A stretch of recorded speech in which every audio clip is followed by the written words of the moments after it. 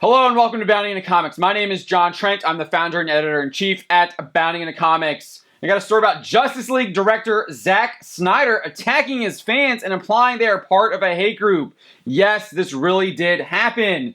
Snyder appeared on a recent live stream on Uche Nwaneri's YouTube channel to raise money for the American Foundation for Suicide Prevention. The live stream featured 3 Geeks and Gamers members, My Nerdy Home, Lethal Lightning, and Ryan Kinnell, and it raised $58,859 when Snyder joined the stream.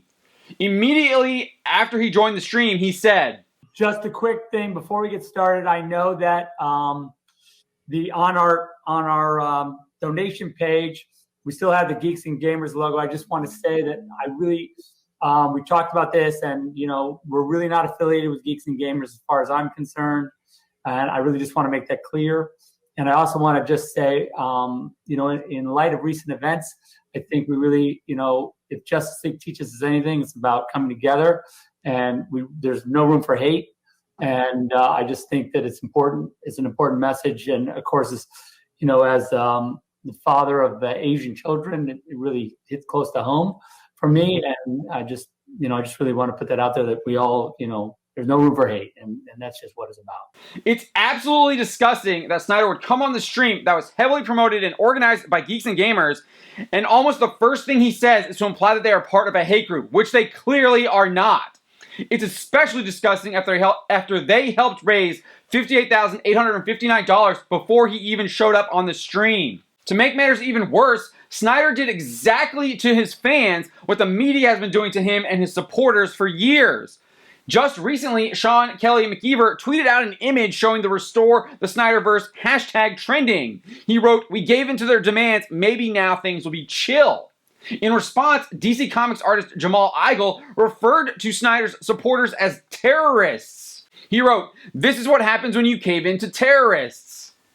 Dark Horse Comics artist Megan Levins would echo Igle, tweeting, "I saw this trending this morning and I thought the same thing. This is why we don't negotiate with terrorists." And if you want to look back further, back in May 2020, multiple media outlets attacked Snyder Cut proponents and Snyder himself. Vulture's Abraham Reisman described Snyder supporters saying, quote, "These people aren't supposed to be calling the shots. They're D-class outsiders, drunk on atavistic rage and viciously abusive toward their foes.